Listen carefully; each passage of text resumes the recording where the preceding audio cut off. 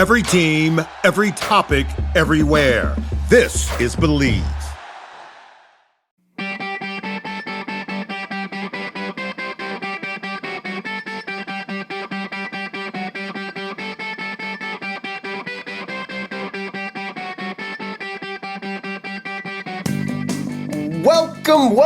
Welcome, everybody, to the Hockey Think Tank podcast, brought to you by the hockeythinktank.com, a website for all players, parents, and coaches to go to get a little bit of education and a little bit of inspiration regarding the greatest game on the planet. What an episode we have for you guys here today. Jeff and I are doing round 2 of talking about balance in youth hockey. Thank you, everybody, for all the awesome messages that we got from round 1.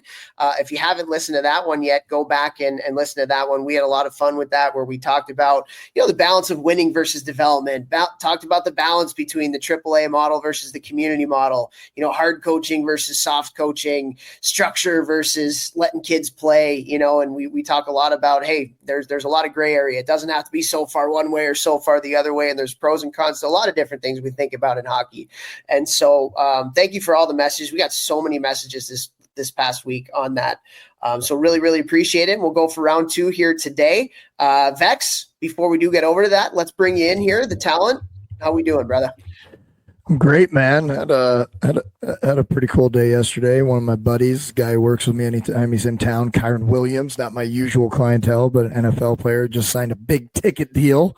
So that's always 33 sheets over 3 years. Over 3 years. Not terrible. Not bad, but he is living in California, so he's probably only going to get about $1 of that after taxes. But super exciting to see, and he's just one of the best human beings ever. An electric factory, always comes to work, always a smile on his face while he's putting in work. So just really happy for him. So that's always cool when your buddies do cool things. Well, you're helping guys make millions of dollars. We talk about Trent Frederick getting paid by the Oilers a couple weeks ago. We got Kyron Williams paid by the LA Rams. Let's go, baby. That's pretty cool, man. That's really cool. Congratulations, obviously, to them, but congrats to you. You were a big part of that. Yeah, super fun, dog. Super fun. Yeah. All right. So we're going to keep this intro a little bit shorter here today. I am in Seattle right now, and speaking at their USA Hockey Affiliates Conference here with Barry Smith, who is a friend of the show. We've had him on, 7-time Stanley Cup winner, awesome guy, and it's been really fun. For me, it's really fun traveling around. You learn a lot traveling around and hearing from different parts of the country and in Canada. Just being at the grassroots and talking with people who are in it every single day. And so, it's been a lot of fun. And so I've got a speaking engagement got to get to here, but this was a fun episode, Vex, like, again, talking about, different things in hockey that you can think about as far as like balancing things out. And so, speaking specifically on this episode of like, when you're choosing a team, do you want to be on the top team but not play a lot? Or do you want to be on a team that might not be as good, but be the guy or the girl on the team that's at the top of it? Coaching to the top of your roster versus coaching to the bottom of your roster.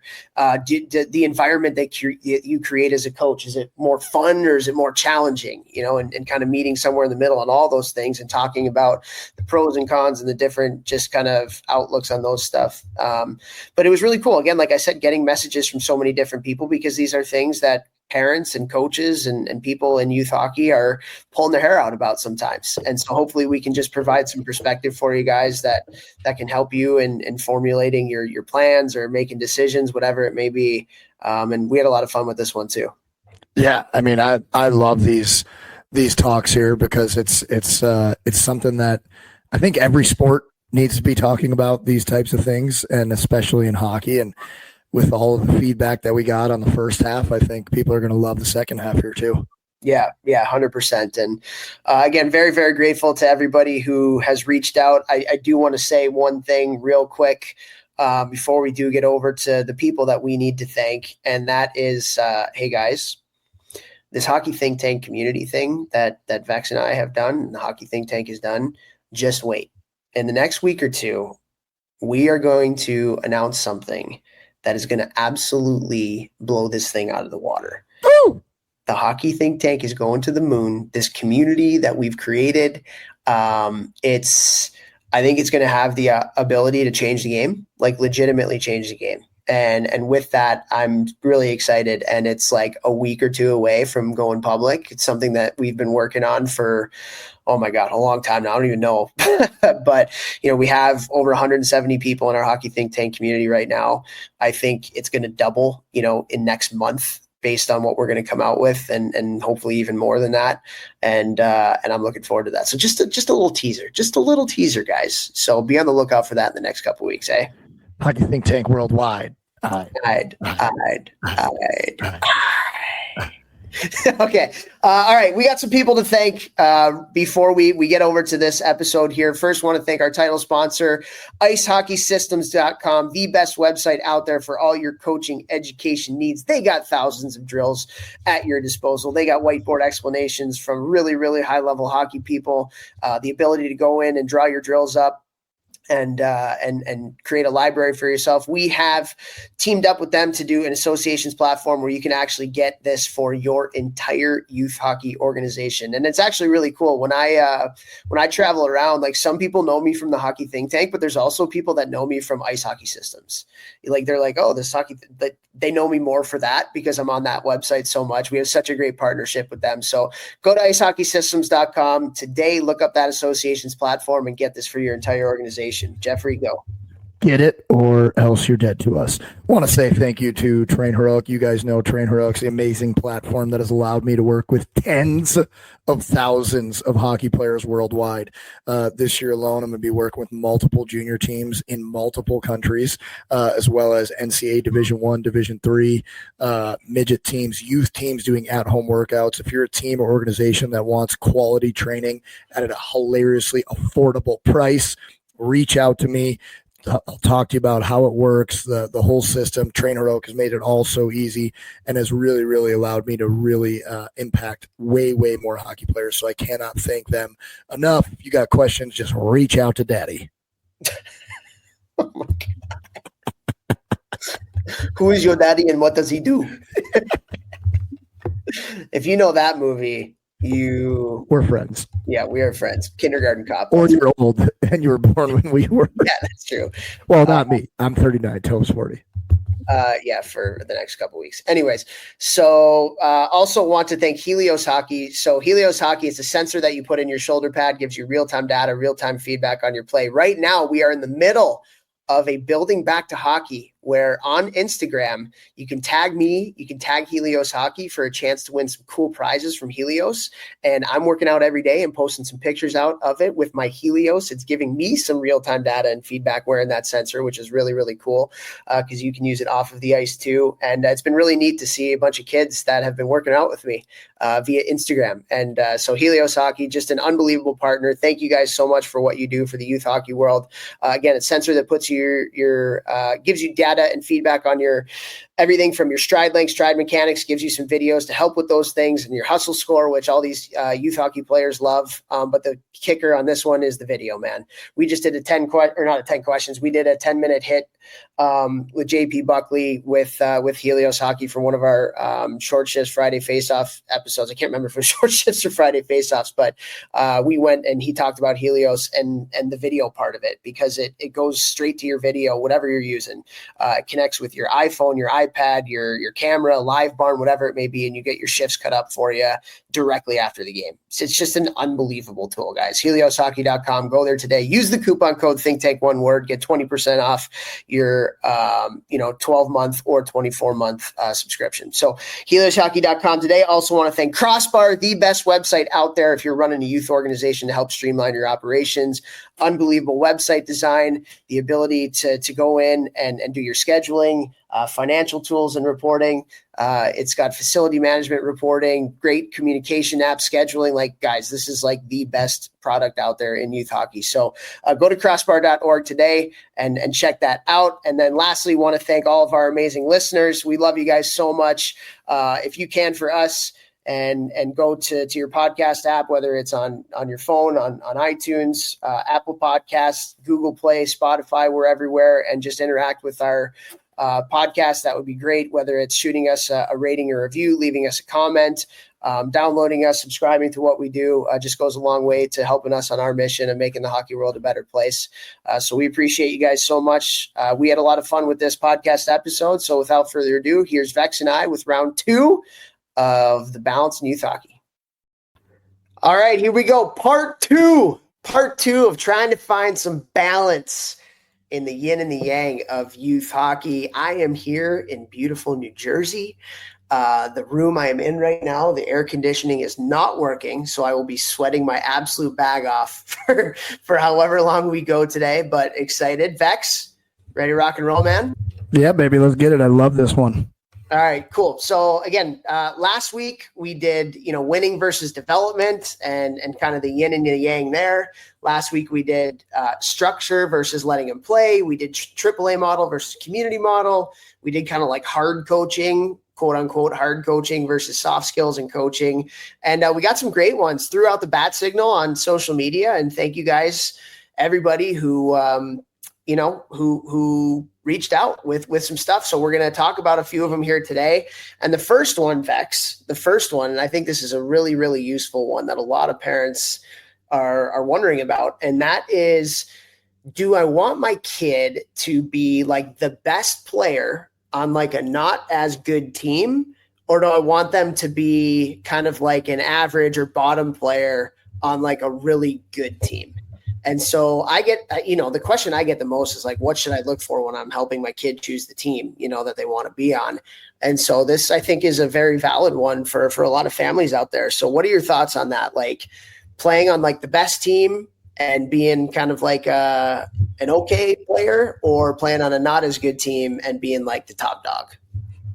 My answer that I always say is it depends. I would say, man, that's a tough one. I know for me that I always like to be challenged. Like I liked to play with better players because I would study them and learn from them and watch what they were doing on the ice and then practice the things that I saw them doing. Especially as I got older, I would constantly be asking the guys who were better than me, like, what are you seeing there? Why did you do it that way? Like, did you work on that? And how did you work on that? And I would learn from them. So I think probably it's more of a little bit more of like a case by case basis, and like how your kid approaches the game of hockey, and also like learning, do they like being the guy and like having the pressure and more playing time? Obviously everybody wants that. Or are they okay with being challenged and not being the guy, and they see the value in learning from players that are better from them and playing at like a higher level or things like that? A higher level example of this too, like for some players, when I was going to college and deciding where I was going to play my college hockey at, I had offers from some of the biggest schools you could possibly go to. I would have had to play another year of juniors to get a full ride from them. But the year that I was deciding to go, I had like offers from big schools, but I knew I wasn't going to play there my freshman year as much, or I thought I wouldn't, because they were loaded.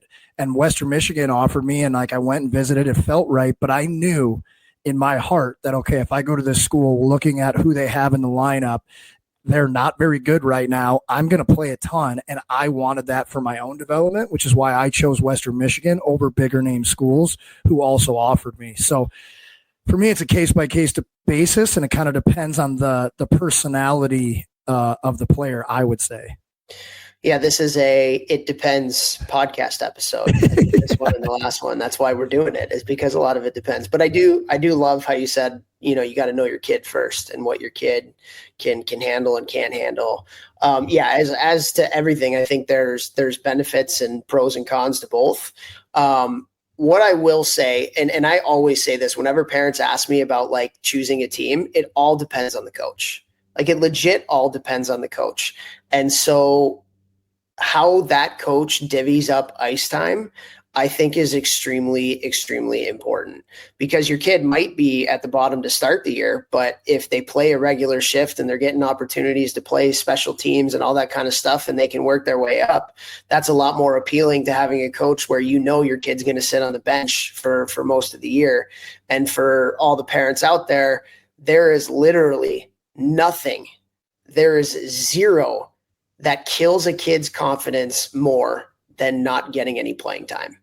That is the thing that will kill a kid or a grown man or a grown woman's confidence is not getting the opportunity to play.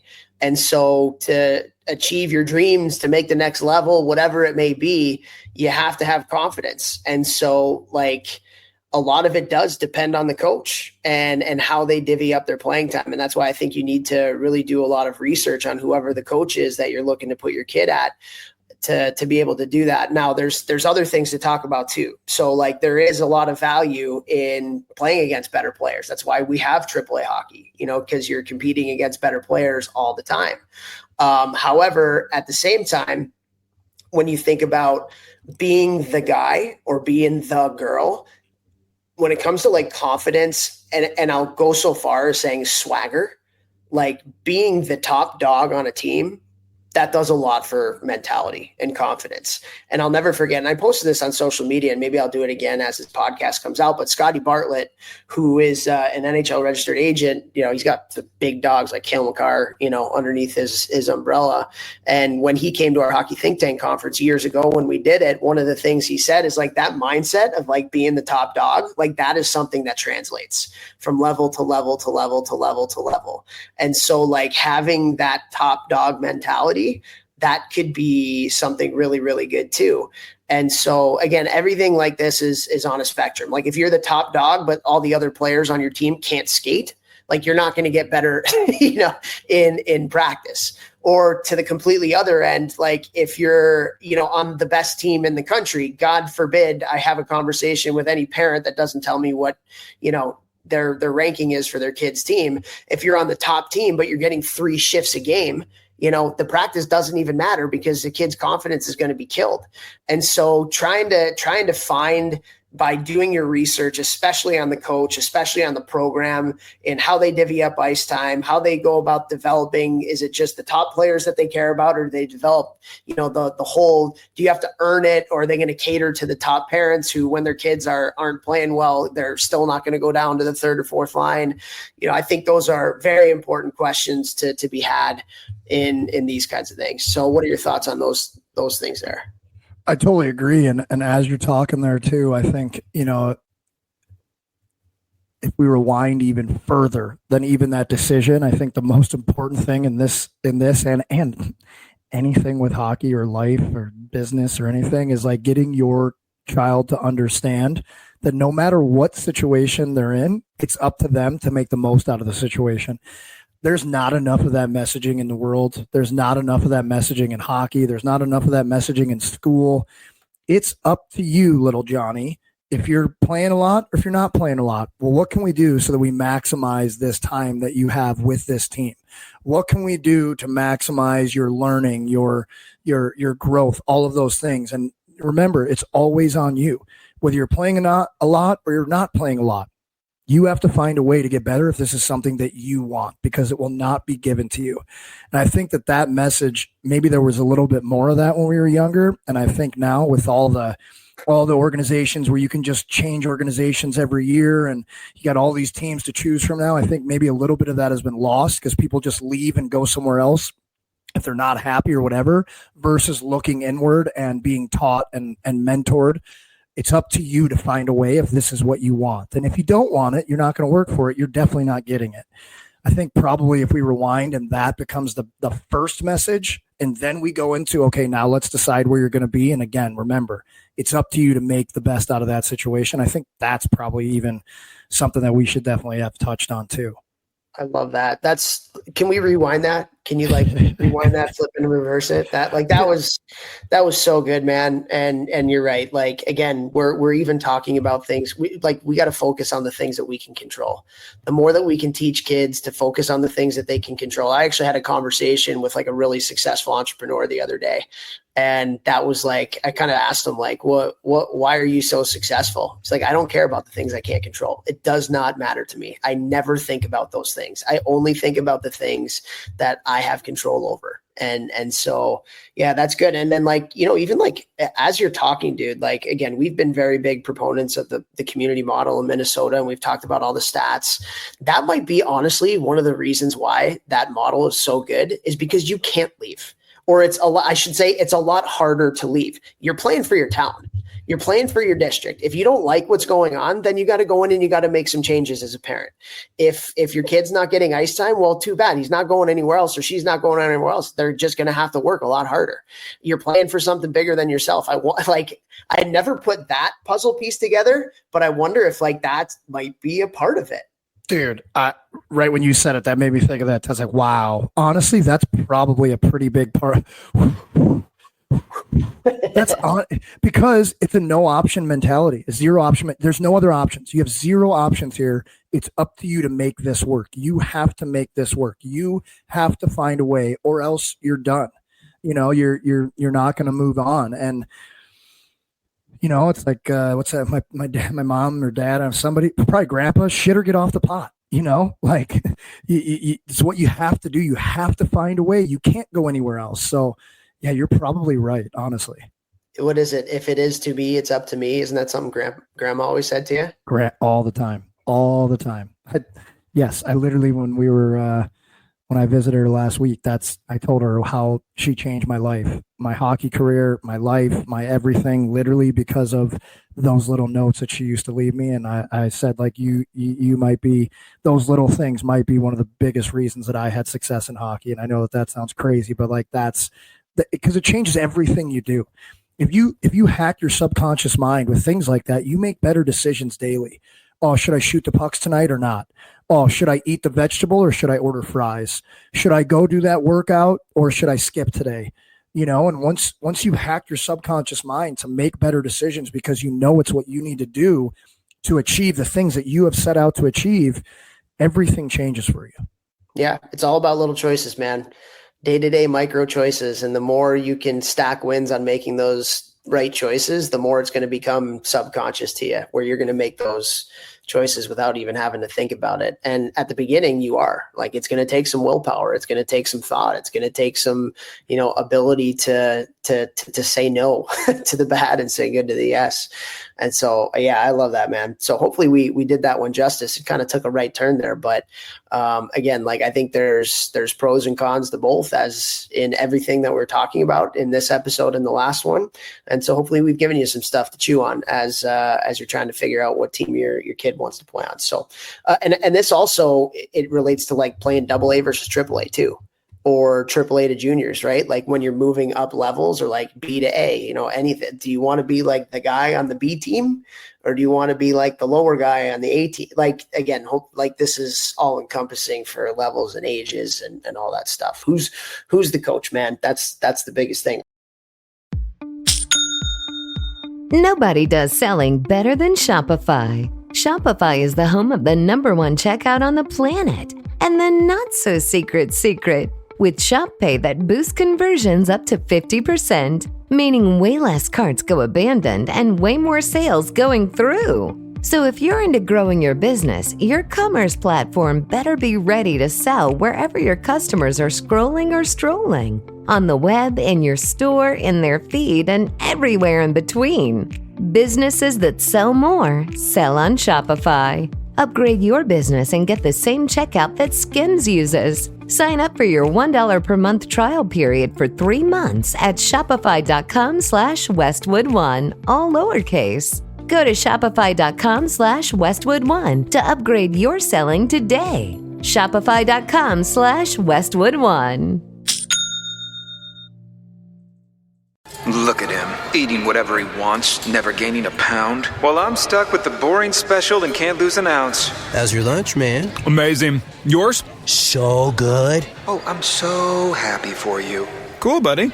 Weight loss isn't fair, but Mochi Health is. The affordable GLP-1 source that can fix your frustration with food. So, same time next week? No! Definitely. And your friends. Learn more at joinmochi.com. Mochi members have access to licensed physicians and nutritionists. Results may vary. The secret is out. With millions of younger-looking customers across the country, Plexiderm is one of the most highly sought-after products on the market. It visibly shrinks under eye bags and smooths out crow's feet in minutes, and the effects last up to 10 hours. Influencers love it, magazines feature it, and people just can't get enough of it. As a matter of fact, Elle Magazine gave it an Editor's Choice Award as Best Instant Wrinkle Filler for 2025. In as little as 10 minutes, Plexiderm reduces the appearance of fine lines, wrinkles, and those dreaded under-eye bags. So yes, you can look years younger in minutes, and the effects last for hours. No surgery, no gimmicks, just results. The best news, you can try Plexiderm for only $14.95. Plus, get free shipping. Don't wait. Order Plexiderm today. Visit plexiderm.com/special. That's plexiderm.com/special. Paid for by Sheer Science. Okay, number two. Number two, first of all, who does number two work for?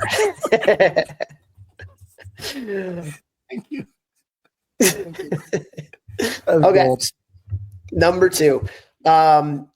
I love this. And this was also a question that I got on Twitter, but this is kind of for the coaches out there. Do you coach more to the top players or do you coach more to the bottom players?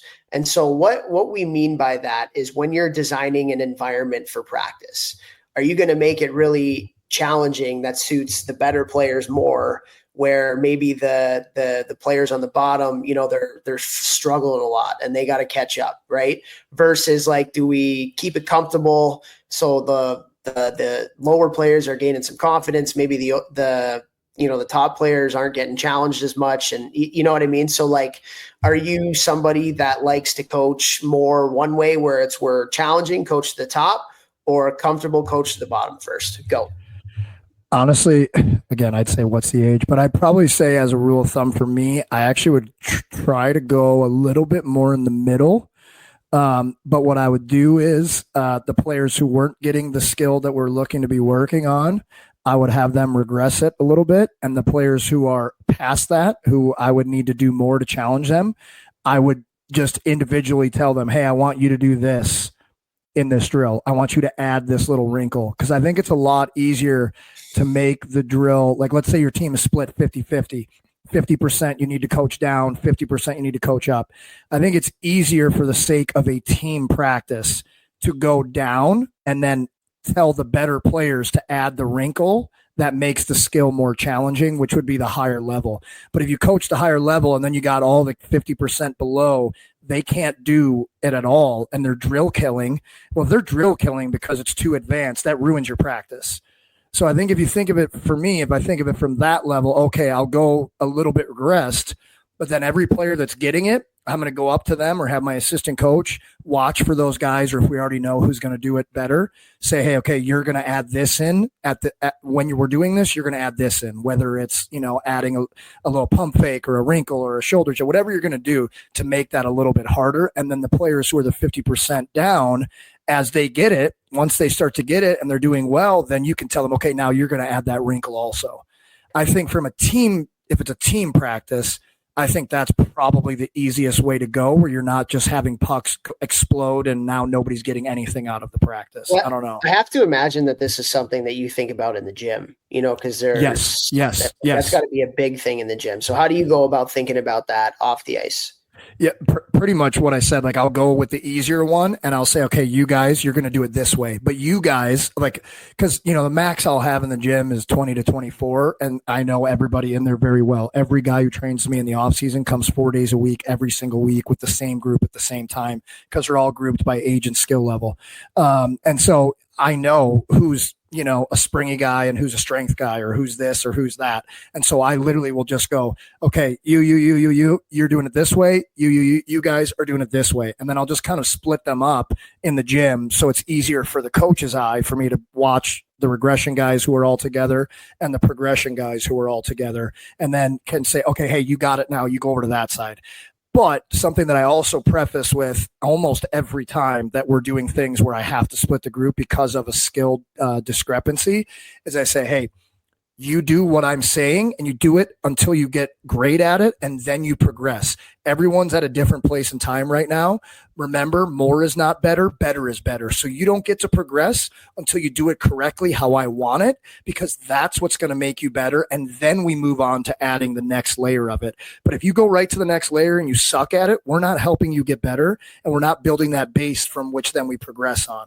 Because with kids, you got to say that stuff because they're going to be butthurt and sad and maybe get down that, hey, like, why are all my best friends doing the harder thing and I'm not? Well, you're just not there yet. That's development. All right. Everybody is not the same. Everybody's not equal. Life is not even Stevens. You have to earn the right to move on. So right now, go earn it. And once we get good at that, then we'll move you on. And that's how you're going to really get better at things and not just be skipping building blocks. Yeah, no, that's good stuff there. I think you mentioned like skill discrepancy. I think that's a big part of the equation again, and that's why so many of the answers to these questions are it depends. And so like I think about if your skill discrepancy between player 1 and player 20 is very small, then you go to the top every time. You challenge the kids at the bottom, 100 times out of 100. If there's not that much, of a discrepancy, if there is a bigger discrepancy, which you'll see at the younger ages, especially, in mites and squirts and peewees, there's going to be a little bit more of that. Then you have to be a little bit more mindful and tactful with how you divvy up practices and reps in practice. And I think, for me, just my personality growing up the way that I did, having two brothers with special needs, I think I always have been kind of wired, let's say, to making sure that the kids at the bottom are taken care of, and if they're struggling, like you put a lot of time and effort into that and raise them up, so they're at the point or can get closer to the point of the top players, right? I think the more that I've done this, the more that I see more value in, coaching to the top. And hey, like, we're going to make this hard for you, but it's because I believe in you. Like, that's the message. It's not like, hey, I'm going to cater to you. It's like, no, we're going to make it hard because I believe that you can do this. And so that's why, like, the messaging matters, like you said. And then I think the other thing too is in a practice, it doesn't always, like, you can mix things up and who you put, like, that's why station-based practices can be so valuable, because there can be times, and you don't have to, again, it doesn't have to be at one end or the other all the time. Like in a practice, you can have, half your practice where the stations are, okay, we're going to group together the best players. So they're really going to challenge each other. And then the not so good players, and they're on the same kind of talent level. But then also maybe the next go round of stations, you split everything up. And now the players, and we talked about this with Cole Caulfield's dad, and the value of, like, for, I think it was 4 weeks or 3 weeks during the winter, they played house league. None of their teams traveled. And so the better players, the A players, were on the same teams as the C players and the B players. And so the value of, like, mixing everybody, now the A players, it's different problems that they have to solve. They have a little bit more time and space. They can be a little bit more creative. The bottom players are getting challenged a little bit more. So they have to up their pace and they have to up their game. And so I think, like, mixing it up a little bit can be very valuable too, because a lot of what we're talking about here is development. How do you help develop all players on your team, whether they're the 1 or whether they're the 15 or the 20? And so I think splitting that up during practices can be very valuable for all players on the team. I totally agree. And I think that, especially if, like you said, if the discrepancy, like, let's say it's 70-30 or 80-20, right, that are the higher versus 80, and the 20 that are lower. I also think that it's a lot easier to regress for the 20 if 80 are able to do, the higher level skill. Like, you let them try it, and let's say that they're if they're drill killing and they're ruining practice, well, you just say, hey, I want you to do it this way until we get it, and then we'll move up, because again, if you're coaching a full practice, different if it's a skill session with 8 or 10 guys versus a practice with 20 guys out there, and it's not like an added extra session where you're trying to get better outside of your team practice, because you obviously don't want the team practice to be ruined because you're doing things that nobody can do yet.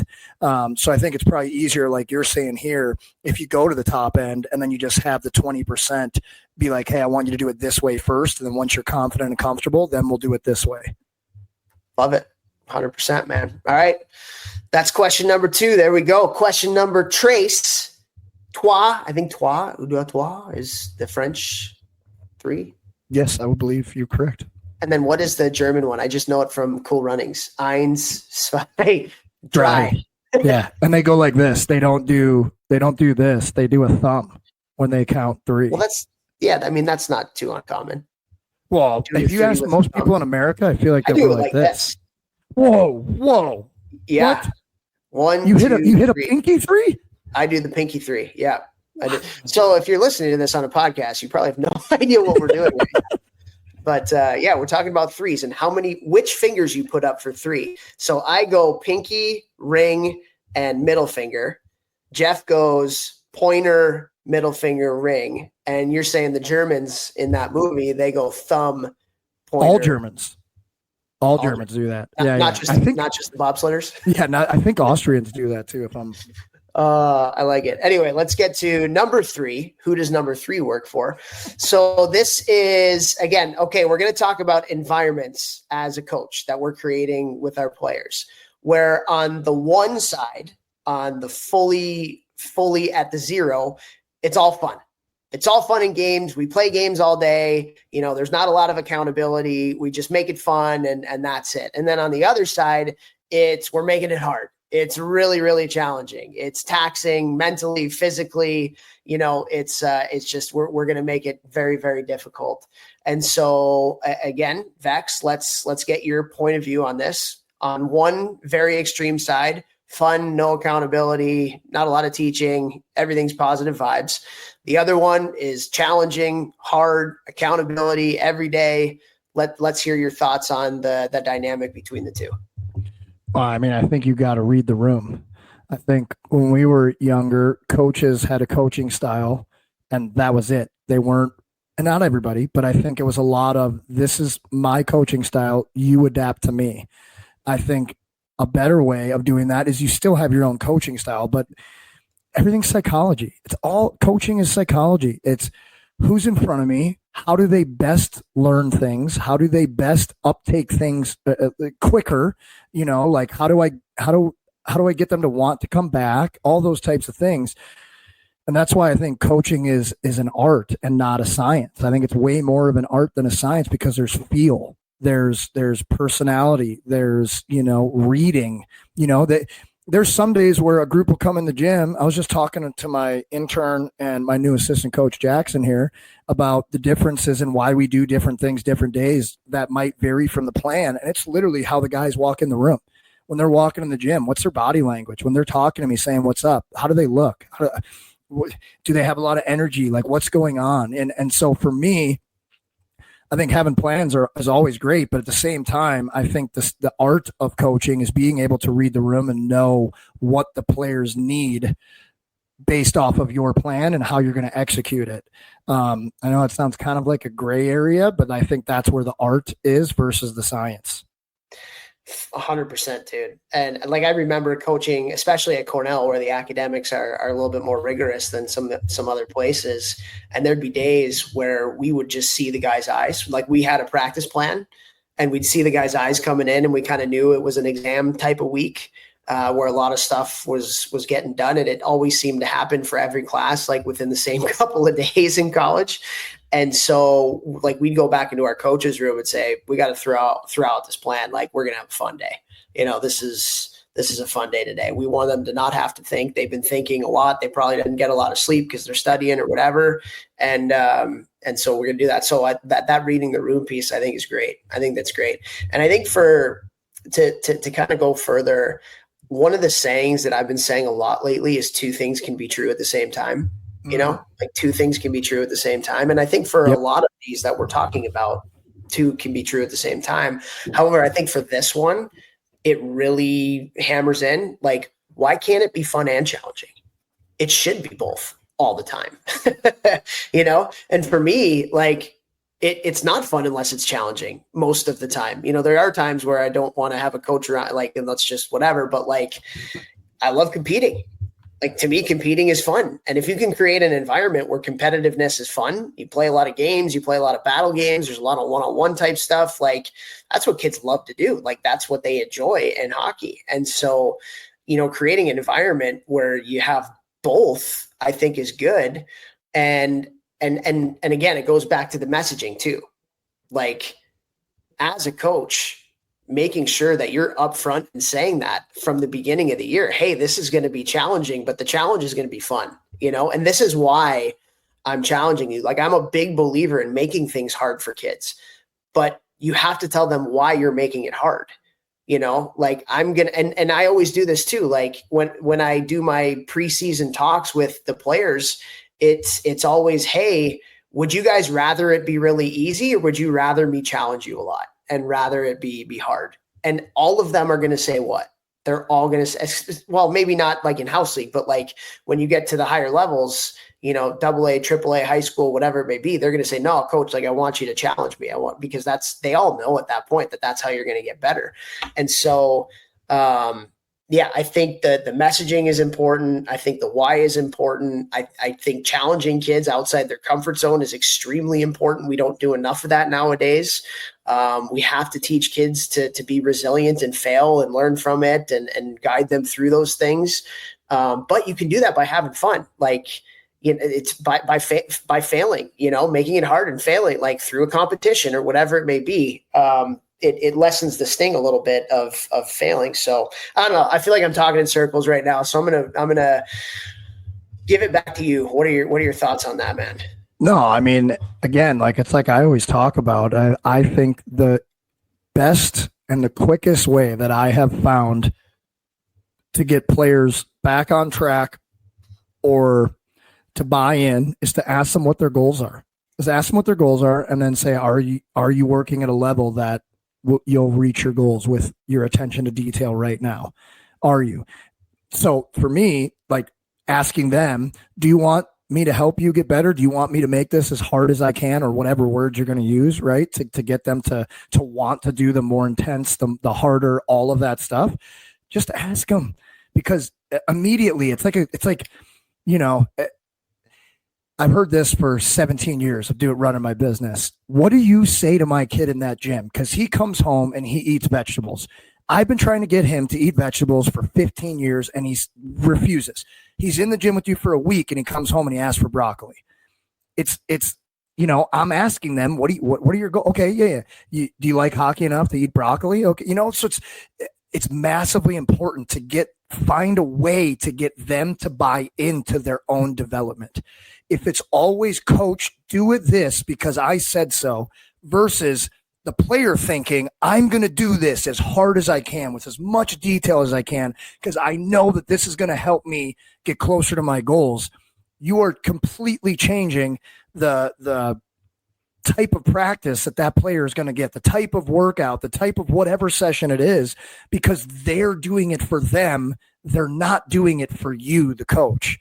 And it is such a massive difference when you can have that shift occur in your team, your players, your child, whatever it is. All right, you're spitting some fire today. Let's rewind that, flip it, and reverse it. I had food poisoning yesterday, so I got to the gym at 6 a.m. and I was puking out of my butt. And then I got in my truck. Luckily, I had great assistant coaches and what are they called? Interns. So they ran the gym for me yesterday. I came home, puked on my way home, but I slept for 7.5 hours in the middle of the day. And then I slept 8 hours last night. So I'm buzzing on all cylinders. 15 hours of sleep. Yeah. Plus whatever hours I got the night before anyways, I'm buzzing. Nice. That beats my flight to New Jersey, where we were supposed to take off from Chicago O'Hare at 1:09.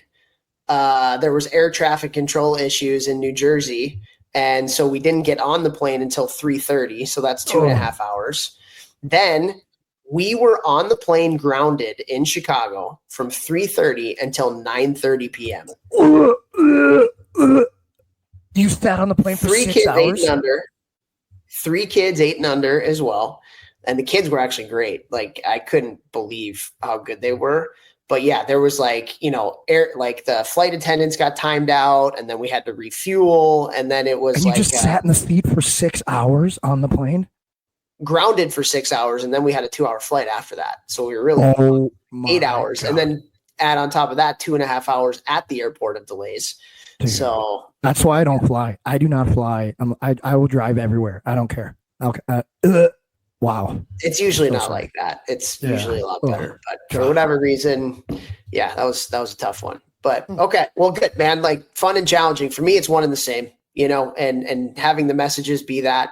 And I love what you said there about making sure that they are driving it and get them to believe that they're the ones in the steering wheel or that have the steering wheel. And then they'll eat broccoli at home. Parents, I think that's the theme to take out of that one. So, okay, we got one more here for you. And this is one, actually, you know what?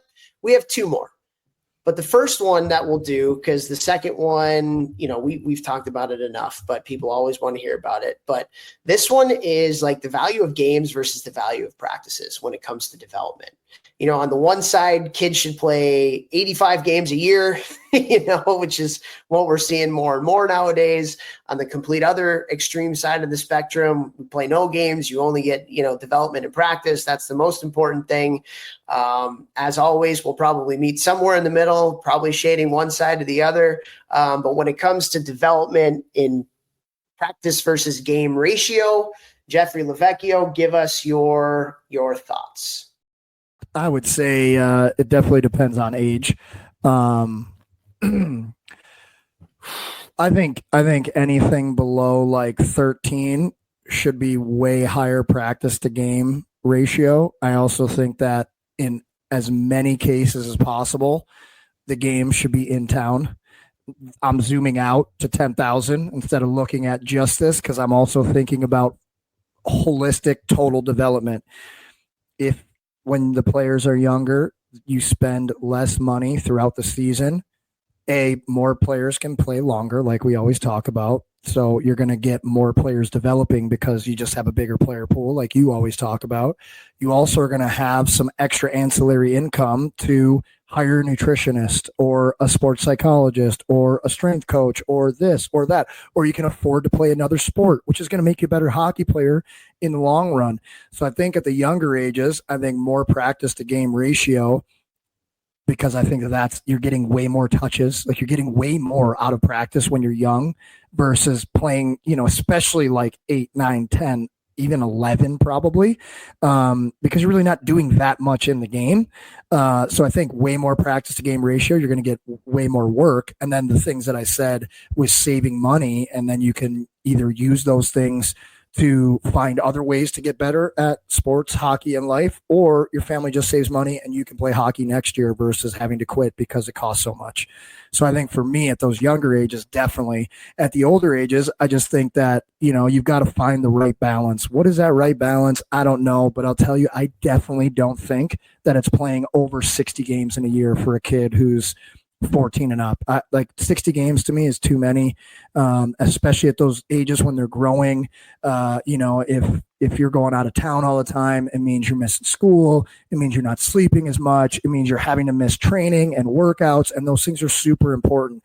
And I don't think the extra 20 games a year to play 80 games are making you better than if you didn't play those extra 20, you only played 60, and you got to work out way more consistently. You got to be home and eat better versus being in airports and on the road and in hotels and all these things that are probably going to hurt your development when we look at what are we benefiting from the extra 20 or 25 games, right? If you're playing 10 games or 60, yeah, at 16, 17, yeah, 60 is definitely better than 10. So I think you got to find that sweet spot. I don't necessarily know exactly where it is, but I think if you're playing 70 or 80 games, it's way, way, way too many. And you could be doing other things that will push development way more. You bring up so many great points. That's all I do. Shut up. The first one that I want to kind of hammer in on is let's talk about like ROI and let's talk about like cost benefit analysis. So you mentioned like 80 games versus 60 games. So the difference of that, especially if you're playing like AAA hockey from 14 and above, is probably 20 games. So that's 4 extra trips or 5 extra trips and think about how you're eating on the road, think about the toll that it takes mentally and physically on your body, think about the reps that you're missing in practice, all those kinds of things, right? If you're playing 60 games, because like exposure is a part of this at the higher ages when you're talking AAA, if you're playing 60 games, you're getting enough exposure. Like breast time, like you're going to get seen. Okay.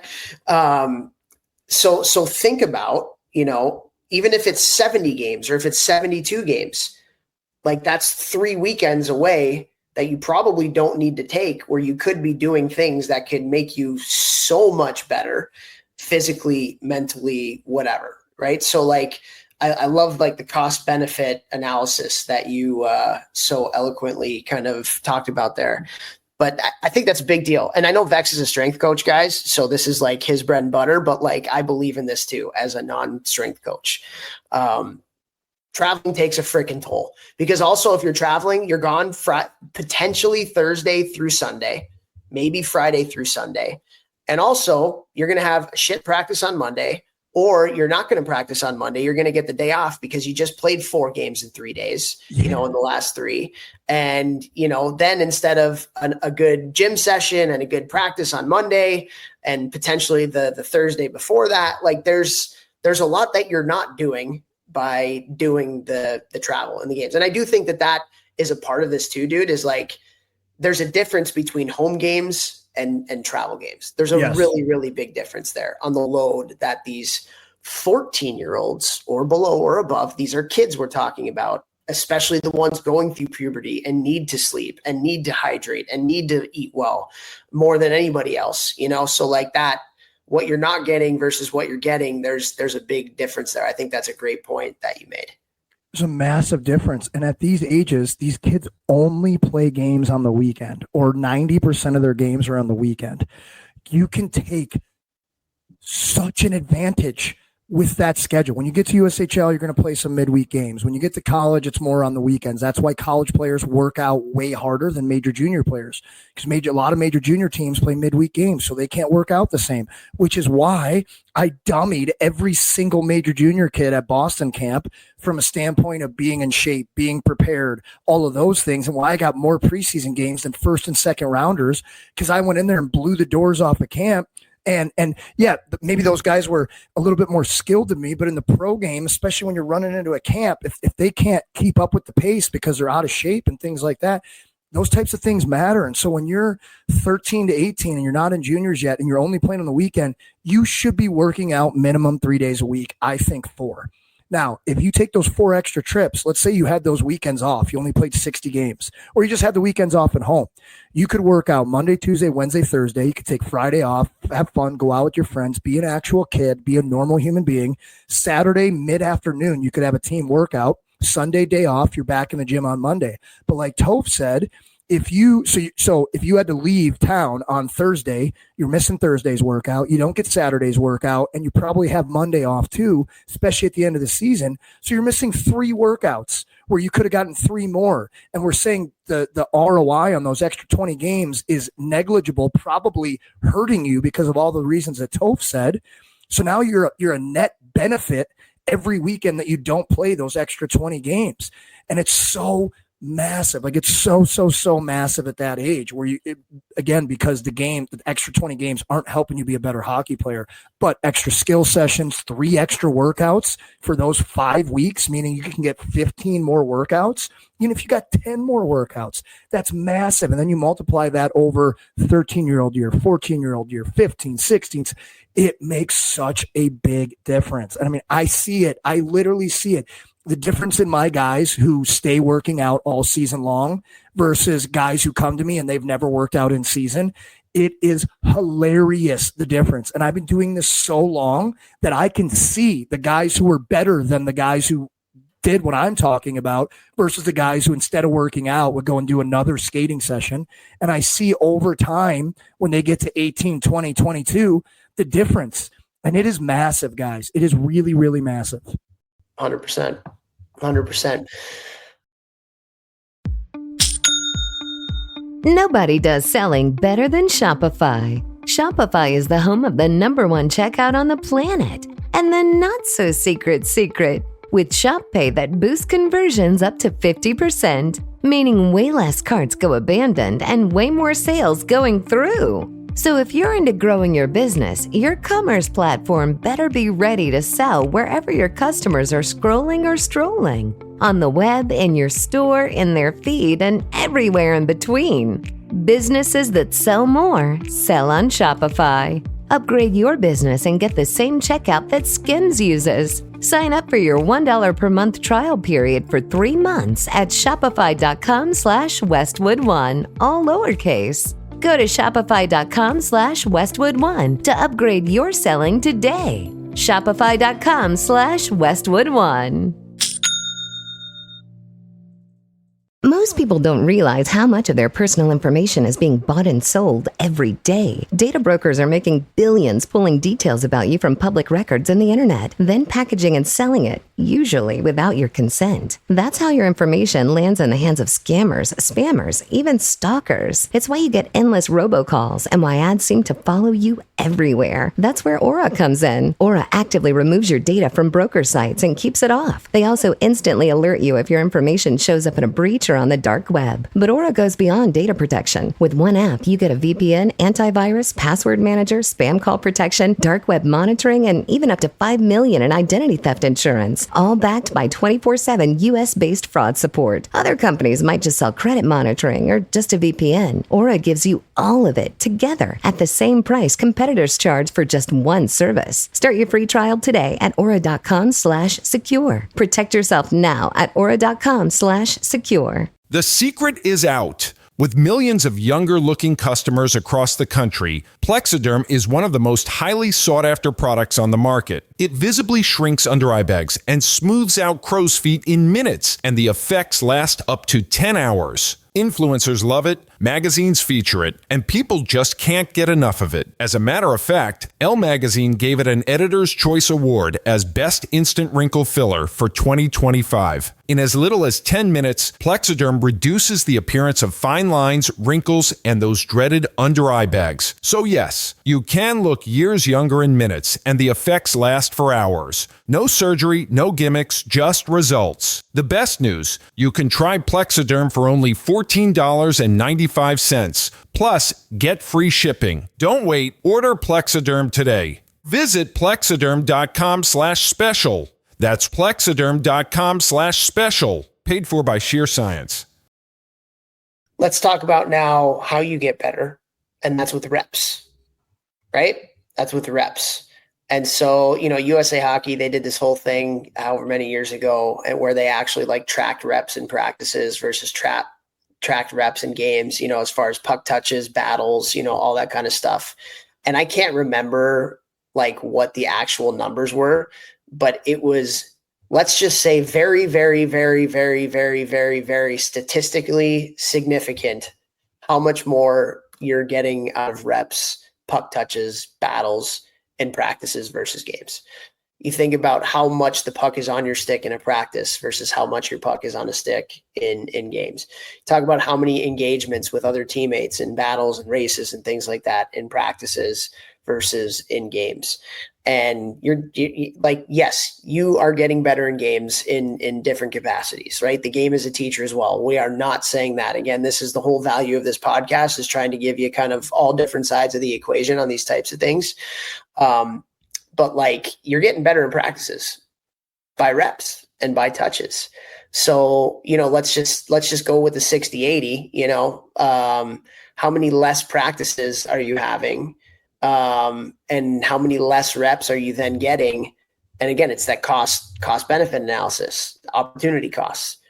That's when you stack those, that's a lot of reps you're not getting. That's a lot of puck touches you're not getting from practice to game. You know what I mean? Does that make sense? 100%. And with my U18 guys that I work with throughout the season and U16 guys, the last couple of years, working with a bunch of players at TPH, there's times where we're out of town again. We're out of town for the next 5 weeks in a row.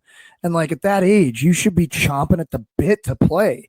But like there's out of town all the time, out of town, missing school, missing this, adds more stress to the body, all these things. So like, again, we're not saying play 10 games, but we're also saying there's a point of diminishing returns with games, and so many teams want to play 80, 90 games. Like, what are you doing? No, terrible. Even 70, 60. Like, yeah, I agree.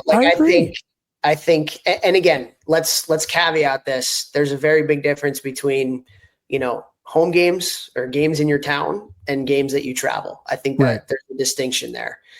So you can get away with maybe a little bit more if they're more local versus the traveling, right? I think that's important. So like, again, the seasons are so long. Like they're so long. It's become a 2-season sport instead of a 1-season sport. I feel like hockey is starting earlier and earlier and earlier every year, and so when you think about it, like, I think at the younger ages, like, again, probably 30 to 40 games, maybe 50 games if they're like, 90% local. And then when you get to the older ages, you're looking at 45 to 55, maybe 60 games, and again, that's dependent on the travel. And so that's where, like, honestly, like we had the guy from My Hockey Rankings on, the guy who started it.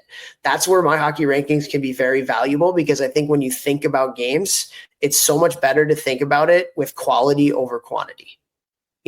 Get games with teams that are of likability to your team, where it's going to be a battle. So like, that's where, like, again, you think about the cost benefit analysis of these things. If you're playing 60 games, but 40 of them are, you win or lose by 6 goals or 5 goals, like that's not good either. Like, you're not developing in those games at all.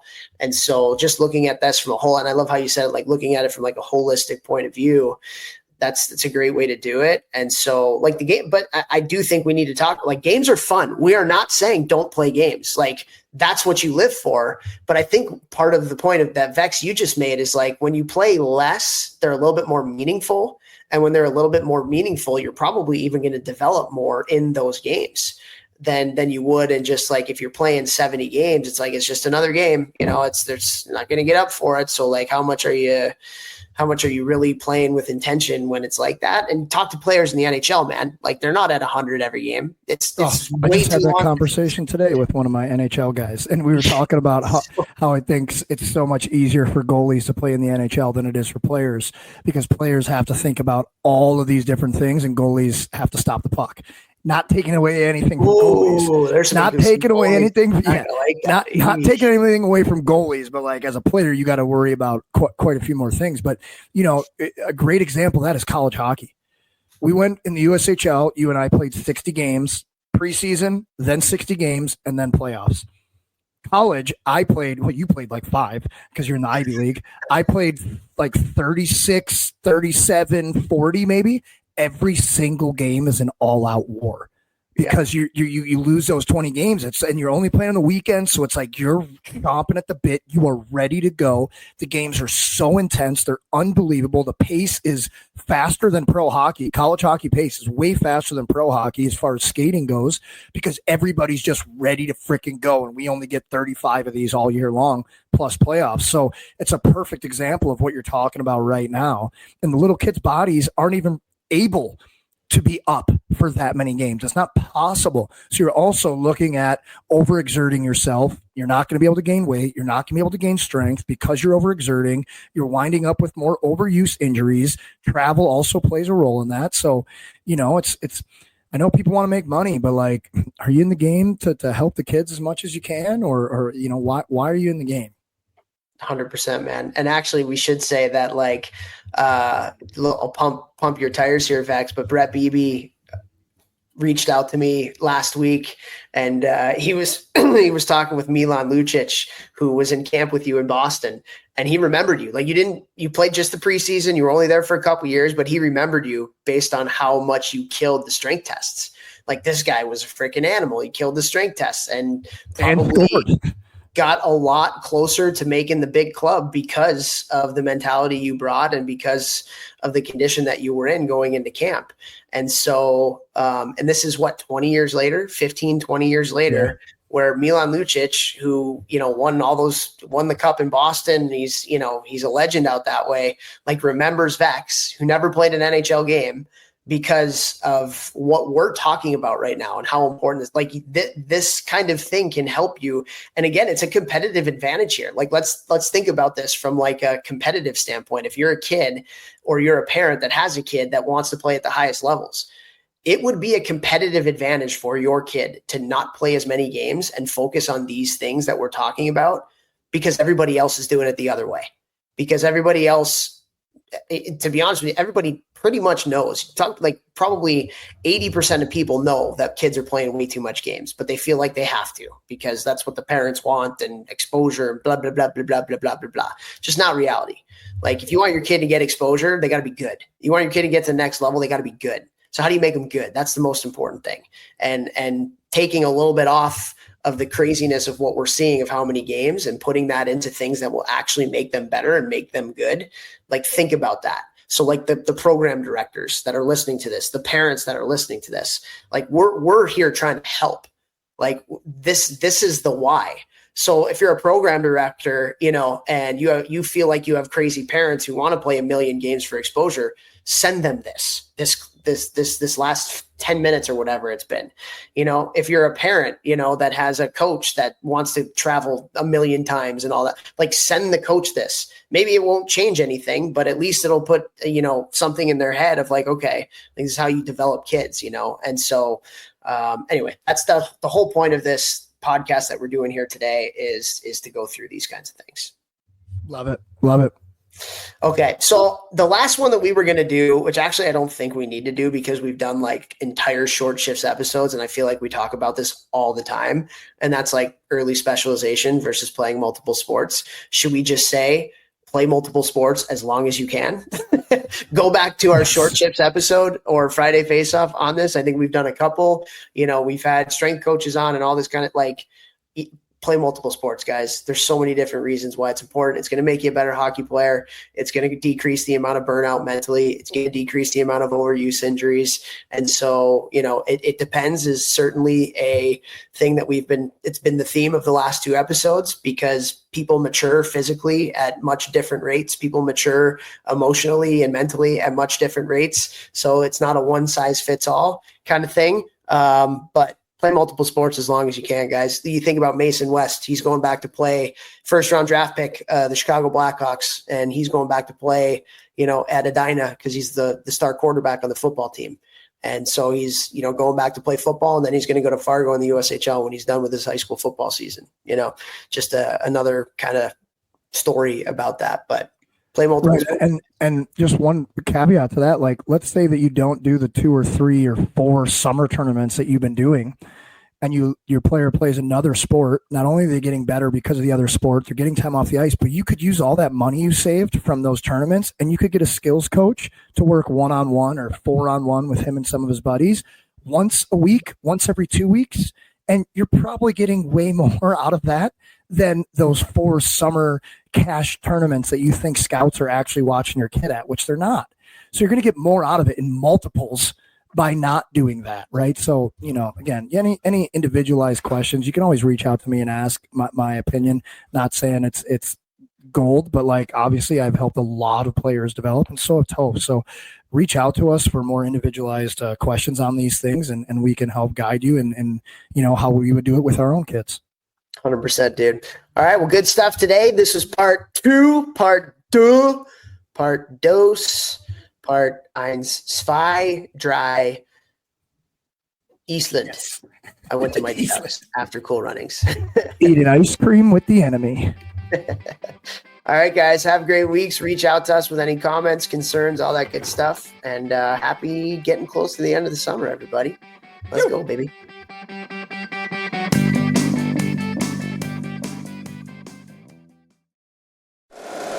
If you like the show, please take a moment to rate, review, and subscribe. It really does help the show to grow. Thank you for listening.